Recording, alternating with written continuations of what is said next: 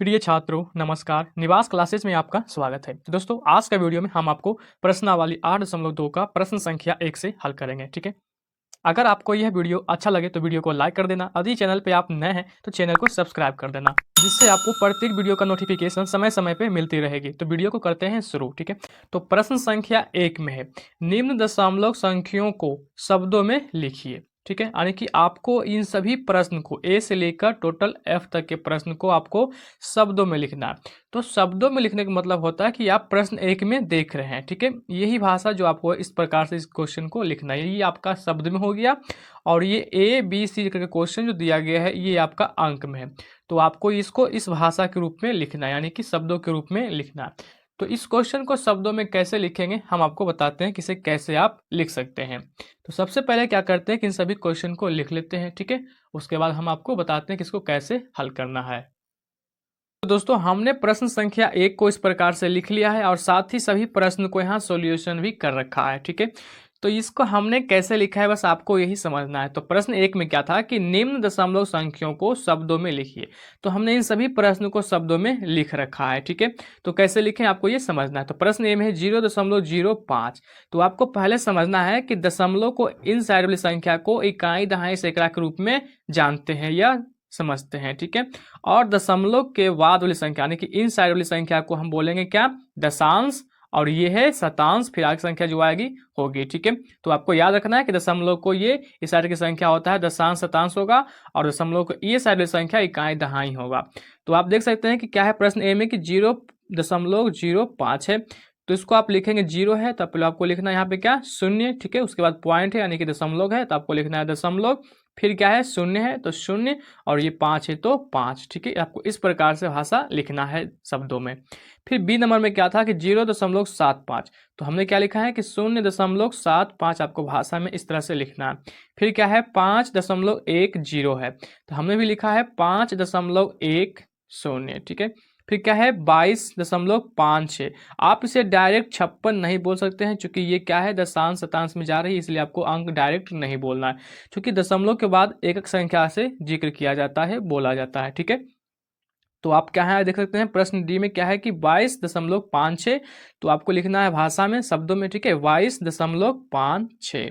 Next है क्या, ई number प्रश्न में है 0.032 है। तो आपको लिखना है कि 0.032 इस प्रकार से लिख देना है। फिर एफ नंबर प्रश्न में है 6008 है। तो आपको लिखना है 6 को क्या लिखेंगे 6। ठीक है, 6 है, उसके बाद दशमलव है तो दशमलव, फिर डबल शून्य है तो आपको डबल शून्य लिखना है, फिर 8 है यहाँ पे तो आपको यहाँ 8 लिख देना है। तो दोस्तों मैं आशा करता हूँ कि आप प्रश्न 1 अच्छी प्रकार से शब्दों में लिखना सीख गए हैं। तो इसी प्रकार से प्रश्न संख्या 2 को भी हल करेंगे। तो प्रश्न 2 में है, इन बक्सों की सहायता से सारणी को पूरा कर दशमलव रूप में लिखिए। तो आप देख सकते हैं कि यहाँ आपको इस तरह का फिगर दिया गया है, जिसमें से टोटल घर ये फिगर का संख्या इसमें 100 है। तो इसी प्रकार से सभी फिगर की संख्या में क्या है 100 का ये घर है। ठीक है, आप यहाँ देख सकते हैं सभी प्रश्न में इन सभी में क्या है 100 का ये घर है। इसमें रंगा हुआ कुछ भाग है या कुछ रिक्त भी है। तो इसमें रंगा हुआ भाग की संख्या कितना है, टोटल 51 है। ठीक है, और इसमें टोटल क्या है 100 है, और इसमें भी दिया गया है। तो आपको बारी बारी से सभी को अच्छी प्रकार से हल करना है। तो पहले इसको क्या करना है, आपको लिखना है कि कितना भाग रंगा हुआ है और कितना भाग रिक्त है। ठीक है, तो पहले हम क्या करते हैं इन सभी को अच्छी प्रकार से गिन कर कॉपी पे लिख लेते हैं, क्योंकि यहाँ गिनने में काफ़ी समय लग जाएगी और वीडियो बड़ा बन जाएगी। ठीक है, तो इसीलिए हम क्या करते हैं पहले इसको क्या करते हैं अच्छी प्रकार से गिन कर लिख लेते हैं, जिससे आपको समझने में आसानी हो। ठीक है, तो हमने यहाँ पे क्या किए प्रश्न 2 का ए को अच्छी प्रकार से सभी को लिख लिया है बारीकी तरीके से। ठीक है, तो आप देख सकते हैं कि प्रश्न ए में टोटल रंगा हुआ भाग 51 था और कुल घर कितना था 100 था। तो आपको फिगर में देखना है। ठीक है, आप यहाँ देख सकते हैं। ठीक है, ये टोटल भाग कितना है 1 2 3 4 5 6 7 8 9 10 10 इधर भी है 10 इधर भी है, 10 है 100। तो टोटल घर कितना था 100 और रंगा हुआ भाग कितना है 51। ठीक है, तो हमने वहाँ पे क्या लिखे थे 51/100। ठीक है, तो प्रश्न बताया गया था कि इनको लिखने के बाद ठीक है आपको उसको क्या करना है दशमलव रूप में भी लिखना है। तो इसीलिए हमने क्या किया कि सभी को गिनकर अच्छी प्रकार से और उसको दशमलव रूप में बदल दिया है। ठीक है, तो आप यहाँ देख सकते हैं बी में भी हमने क्या किए हैं कि टोटल घर 100 था, जिसमें से 100 भाग भी रंगा हुआ था। ठीक है, तो हमने इसको दशमलव रूप में बदलें किस प्रकार, जब 100 से भागा 100 में दीजिएगा तो ये पूरा पूरी एक बार में कट जाएगा, लेकिन इसको दशमलव रूप में बदलना था। तो कुछ नहीं, बस आपको क्या करना है कि एक के बाद दशमलव लगा देना है, ये आपको दशमलव में आ जाएगा। ठीक है, फिर आप देख सकते हैं सी में टोटल घर कितना था 100, जिसमें से 16 भाग रंगा हुआ था, आप फिगर में देख सकते हैं। यहाँ आप देख सकते हैं कि प्रश्न सी में देखिए क्या है, टोटल 16 घर रंगा हुआ है, बाकी का क्या है, शेष है। ठीक है, तो इसको हमने लिखा है कि 16/100। ठीक है, और इसको दशमलव में कैसे बदलें आपको समझना है।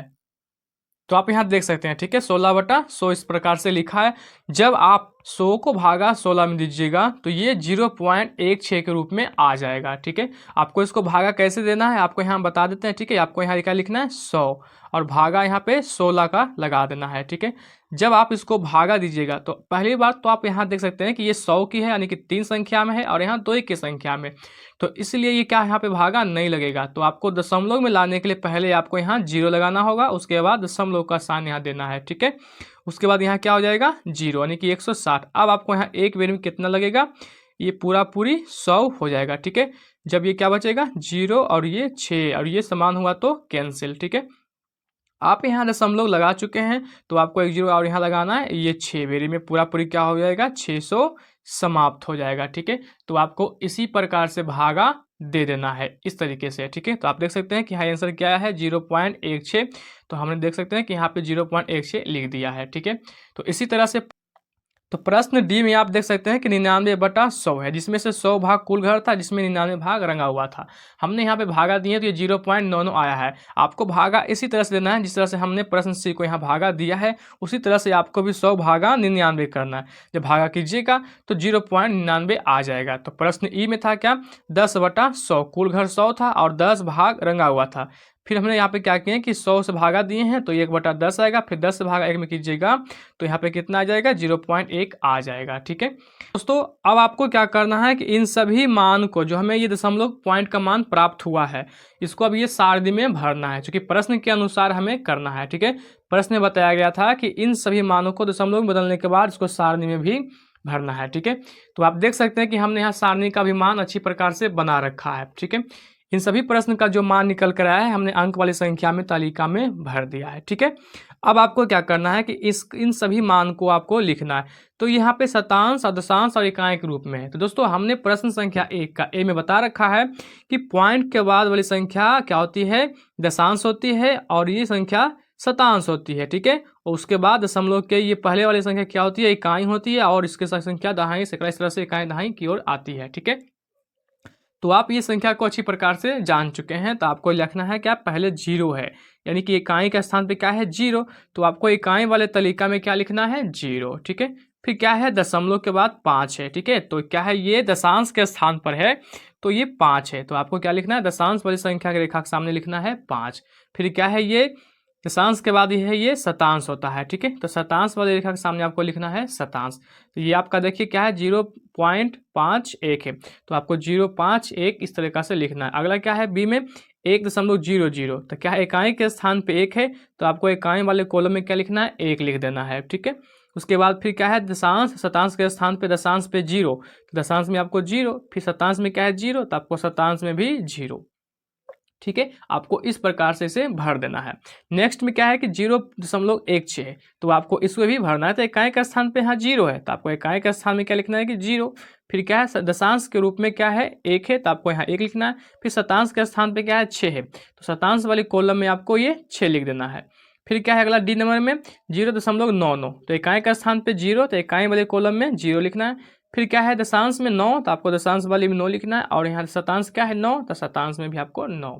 नेक्स्ट लास्ट ई नंबर में क्या है कि 0.1 है, तो इकाई के स्थान पे क्या है 0, तो 0 लिखना है। फिर आपको देख रहे हैं कि ये दशांश के रूप में 1 है, तो ये हो जाएगा आपका 1। उसके बाद यहाँ शतांश का स्थान के लिए कोई भी संख्या या मान नहीं है, तो आपको शतांश के स्थान में क्या रखना है, जब कुछ मान नहीं होती है तो ये 0 लिखा जाता है। ठीक है, तो आपको यहाँ 0 भी लिख देना है। तो दोस्तों मैं उम्मीद करता हूँ कि आप प्रश्न 2 भी अच्छी प्रकार से समझ गए हैं। तो दोस्तों तो प्रश्न संख्या 3 में है स्थानीय मान सारणी को देखकर दशमलव रूप में लिखिए। अब आपको इस प्रश्न को जो प्रश्न तालिका में दिया गया है, आपको इसको क्या करना है, दशमलव रूप में लिखना है। जिस प्रकार से प्रश्न संख्या 1 में था उसी प्रकार से आपको इसको लिखना है। तो आपको हमने वहाँ पे समझा रखा था कि दशमलव क्या पड़ेगा, इकाई के पहले क्या पड़ेगा यहाँ पे दशमलव, और दशमलव के इधर वाली संख्या क्या होती है, इकाई दहाई सैकड़ा होती है, और दशमलव के इधर वाली संख्या क्या होता है, दशांश शतांश के रूप में होता है। तो बस आपको इसी के रूप में फॉर्म में लिखना है। तो कैसे लिखेंगे हम आपको बताते हैं इसको कैसे लिखना है। तो चलिए हम आपको यहाँ पे एक रफ पेज पे समझाते हैं, ठीक है। तो प्रश्न ए में क्या है, 2 है, और 2 क्या है, सैकड़ा के स्थान पे। तो सबसे पहले आपको इकाई वाले अंक को लिखना है, ठीक है। तो इकाई का स्थान पे क्या है, 1 है, तो आपको लिखना है पहले 1, ठीक है। उसके बाद दहाई का स्थान पे क्या है, 1 है, तो आपको फिर यहाँ लिखना है 1। उसके बाद सैकड़ा का स्थान पे 2 है, तो आपको लिख देना है 2। अब आपको इसको क्या करना है, प्रश्न के अनुसार से दशमलव रूप में, तो आपको यहाँ दशमलव लिखना है, और दशमलव के इधर वाली संख्या क्या कहलाती है, दशांश कहलाती है, पहला संख्या। तो इसका पहला संख्या क्या है, 9 है, तो आपको यहाँ क्या लिख देना है 9, ठीक है। फिर शतांश आता है, तो शतांश में क्या होता है, 0 है, तो आपको यहाँ 0 लिख देना है। फिर है हजारमा, तो हजारमा का स्थान पे क्या है 2, तो आपको यहाँ लिख देना है 2। तो दोस्तों इसी प्रकार से आपको इन सभी प्रश्न को यहाँ लिख देना है, ठीक है। तो प्रश्न बी में क्या है, सैकड़ा का स्थान पे 0, दहाई का स्थान पे 0, फिर इकाई का स्थान पे 2 है, तो आपको पहले इकाई से लिखना है, ठीक है। यहाँ क्या हो जाएगा 2 0 0, फिर यहाँ दशमलव लगा देना है, ठीक है। आप देख सकते हैं कि दशांश के स्थान पे क्या है 3 है, तो आपको यहाँ लिख देना है 3। उसके बाद शतांश के स्थान पे 4, तो आपको यहाँ लिखना है 4। उसके बाद हजारमा पे क्या है 0, तो आपको यहाँ लिखना है 0। नेक्स्ट प्रश्न संख्या सी में सैकड़ा 0 है, दहाई 4 है, इकाई 0 है, तो आपको पहले लिखना है 0 4 0, ठीक है। तो आपको लिखना है 0 4 0, फिर दशमलव लगाएंगे, फिर आपको इधर आना है दशांश वाली संख्या की रेखा में, ठीक है। तो दशांश में क्या है 0 है, शतांश में क्या है 1 है, हजारमा में 5 है, तो लिखना है पहले आपको 0 1 5, तो यहाँ लिखना है 0 1 5, इस तरह से आपको लिखना है। नेक्स्ट क्या है डी नंबर में 0 1 2 है, यानी कि इकाई का स्थान पे 2 है, दहाई का स्थान पे 1, और सैकड़ा का स्थान पे 0, तो आपको लिखना है इकाई तरफ से 2 1 0, ठीक है। तो आपको लिखना है 2 1 0, ठीक है। फिर दशमलव लगा देना है। उसके बाद आप देखेंगे दशांश वाली संख्या रेखा में, दशांश में क्या है आप देख सकते हैं 3 4 2 है, ठीक है। तो आपको इस तरह से लिखना है 3 4 2, क्योंकि आप सभी को अपना अपना स्थान के सामने लिखिएगा, ठीक है। तो प्रश्न ई में है 4 7 2 है, जिसमें से इकाई का स्थान पे 2 है, दहाई के स्थान पे 7, और सैकड़ा का स्थान पे 4, तो आपको यहाँ लिख देना है क्या 4 7 2, आप किसी प्रकार से भी लिख सकते हैं, ठीक है। उसके बाद बस मान खाली आपका सही होनी चाहिए। दशमलव में क्या है कि 9 है, तो आपको यहाँ लिखना है दशमलव के बाद में 9 है, फिर दशांश में क्या है, सॉरी शतांश में क्या है 6 है, तो आपको यहाँ 6 लिख देना है। फिर हजारमा का स्थान पे 0 है, तो आपको यहाँ 0। बस यही आपको प्रश्न के अनुसार से आपको इसी प्रकार से दोस्तों लिखना है, ठीक है। तो मैं आशा करते हैं कि आप प्रश्न 3 भी अच्छी प्रकार से समझ गए हैं। तो दोस्तों प्रश्न संख्या 4 में है निम्न दशमलवों को स्थानीय मान सारणी बनाकर लिखिए। अब आपको इन सभी प्रश्नों को क्या करना है, दशमलव को स्थानीय मान सारणी बनाना है, यानी कि आपको जिस तरह से प्रश्न संख्या 3 में दिया गया था, यानी कि इस प्रकार से आपको ये प्रश्न को बनाना है। तो चलिए हम आपको पहले इस तरह से बना लेते हैं अपने कॉपी पे, ठीक है। उसके बाद हम आपको समझाते हैं इसको कैसे लिखना है, ठीक है। तो दोस्तों आपको इस प्रकार से सारणी को अच्छी प्रकार से बना लेना है लाइन बाय लाइन। आप यहाँ देख सकते हैं कि इन सभी को सारणी वृद्धि में क्या लिखा है कि सैकड़ा दहाई इकाई दशांश शतांश और हजारमा, ठीक है। तो इसको बस आपको इन सभी के खान में क्या करना है, भर देना है, ठीक है, यानी कि संख्या रेखा को भरना है। तो आप प्रश्न ए में देखिएगा, आप यहाँ ए कर दीजिए, ठीक है, ये बी, ये सी, ये डी, और ये लास्ट ई है, ठीक है। तो प्रश्न ए में क्या है 0.18 है, ठीक है। तो इकाई के स्थान पे क्या है 0, तो आपको लिखना है इकाई के स्थान में 0 लिखना है। उसके बाद दशमलव के बाद क्या आता है दशांश, दशांश के बाद क्या है 1 है, दशांश में क्या लिखना है 1। उसके बाद आता है क्या शतांश, तो शतांश में 8 है, तो आपको यहाँ क्या लिखना है 8। उसके बाद हजारमा का स्थान पे नहीं है तो कुछ नहीं तो 0 होता है, ठीक है। उसी तरह से दोस्तों यहाँ दहाई और सैकड़ा, यानी कि इसके बाद दहाई और सैकड़ा का स्थान नहीं है, तो बस आपको क्या करना है यहाँ पे 0 लगा देना है, ठीक है। तो प्रश्न बी में क्या है 3.07, ठीक है। तो इकाई के स्थान पे क्या 3 है, तो इकाई के सामने क्या लिखना है 3। उसके बाद यहाँ भी क्या है दहाई और सैकड़ा में कुछ भी अंक नहीं है, तो इसके लिए क्या होगा 0 0। उसके बाद देखिए क्या है दशमलव के बाद ये दशांश के स्थान पे 0 है और शतांश के स्थान पे 7, तो आपको बस यहाँ क्या लिखना है दशांश के स्थान पे लिखना है 0 और शतांश के स्थान पे 7 हो जाएगा, और हजारमा का स्थान पे 0, क्योंकि हजारमा का स्थान पे तो कोई भी संख्या नहीं है। तो प्रश्न सी में है 26.70, यानी कि इकाई के स्थान पे 6 है तो आपको इकाई के स्थान में 6 लिखना है, और दहाई के स्थान में 2 तो दहाई के सामने आपको लिखना है 2, ठीक है। और सैकड़ा के स्थान पे नहीं है तो कुछ नहीं तो 0। उसके बाद क्या है, दशांश के रूप में 7 है तो दशांश के सामने आपको 7 लिखना है, और ये क्या है, शतांश के स्थान पे 0 तो शतांश वाली रेखा में लिखना है क्या, 0। और यहाँ भी हजार के स्थान मान नहीं है तो बस हजार मान क्या लिखना है, 0 लिख देना है, ठीक है। तो प्रश्न डी में है 125.36, तो आप इकाई के स्थान पे यहाँ 5 है तो इकाई वाले रेखा में लिखना है 5, दहाई के स्थान पे 2 तो ये दहाई का स्थान में लिखना है 2, और सैकड़ा में क्या है 1 तो सैकड़ा में हो जाएगा 1। अब देखिए दशमलव के बाद आता है दशांश और शतांश। दशांश में 3 तो क्या लिखना है, दशांश में 3, और शतांश में 6 तो शतांश में क्या हो जाएगा 6। और दोस्तों यहाँ भी क्या है, हजारमा का स्थान नहीं है तो बस हजारमा में क्या हो जाएगा 0। फिर नेक्स्ट लास्ट क्वेश्चन ई नंबर में है 186.186, आपको 186 नहीं बोलना है, ठीक है, क्योंकि 186 बोलिएगा तो ये गलत माना जाएगा, ठीक है। इसलिए आपको लिखना है इकाई का स्थान पे यहाँ 6 है तो इकाई वाले रेखा में 6 लिखना है, फिर दहाई पे 8 है तो 8, और सैकड़ा पे क्या 1 है तो 1। अब आपको इधर लिखना है दशांश, शतांश और हजारमा में लिखना है। तो ये क्या है, दशांश के स्थान पे 1 तो 1 होगा, उसके बाद शतांश के स्थान पे क्या है 8, फिर हजारमा का स्थान पे 6 है तो बस यहाँ आपको 6 लिख देना है। तो दोस्तों मैं उम्मीद करता हूं कि आप प्रश्न संख्या 4 भी अच्छी प्रकार से समझ गए। दोस्तों इसी प्रकार से आपको सभी क्वेश्चन को बारीकी तरीके से रिवीजन करना है, ठीक है। जब आप इसको अच्छी प्रकार से रिवीजन कर लीजिएगा तो आपको इसको बनाने में काफ़ी ईजी होगा, ठीक है। तो दोस्तों आज की वीडियो बस आपको यहीं तक मिलेगी, क्योंकि वीडियो जो है आज काफ़ी बड़ी बन चुकी है, इसलिए आपको बस यहीं तक मिलेगी। अगले वीडियो में हम आपको बताएंगे प्रश्न संख्या 5 से लेकर टोटल प्रश्न 7 तक का सोल्यूशन, ठीक है। तो दोस्तों वीडियो को लाइक करना बिल्कुल नहीं भूलेंगे और अपने दोस्तों में से जरूर शेयर कीजिएगा। धन्यवाद।